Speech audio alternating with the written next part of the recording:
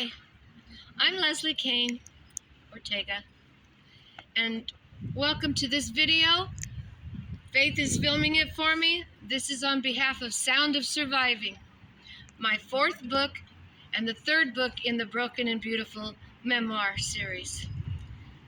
This theme is about love, because that's what Sound of Surviving is about. It's about love for my husband, love for family, love for friends. So I've brought you to this angel garden here in Winterwood Village, and we're just going to take a little stroll. Over here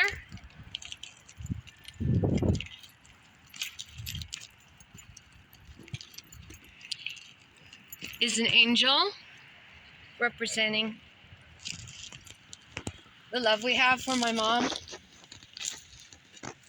Angel Garden in Winterwood Village was put together to let the people that have lost loved ones have somewhere to plant roses or flowers or even trees in the name of their loved one, and remember them and sit here and remember the good times.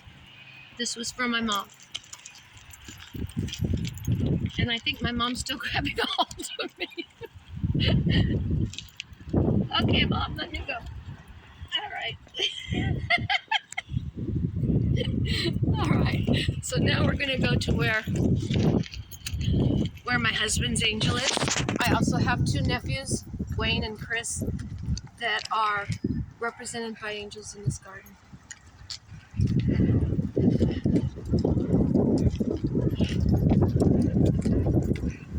You're going to be able to walk all the way backwards. Don't ruin the cinematic moment. I know. I don't want you to fall. It would be real cinematic if you fell backwards. The angel garden. This angel garden was created in memory of those we've loved and lost. Please respect this garden and what it represents.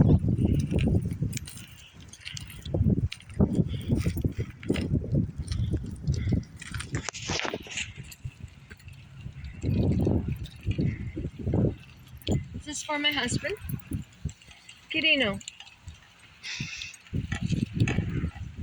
And if you have to say a main character in Sound of Surviving, it would be him. This is for Chris. We called him Pooh Bear, and Wayne. And I just want to take this minute to tell you, if you have someone you love, please let them know.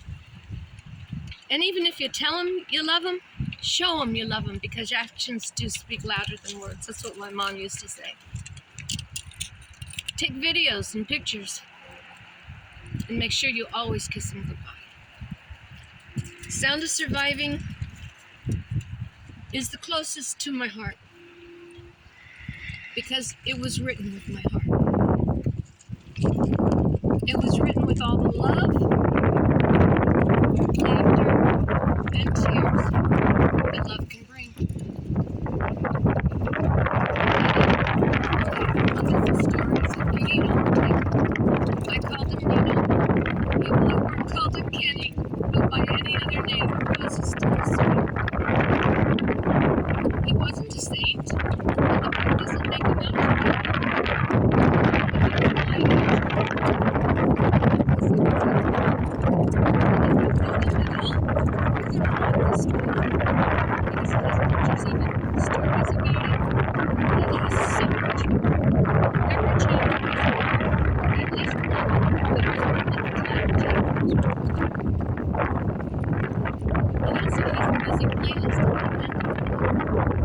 And resources for people that might be grieving, for mental illness, and for so many other helpful links and contact information.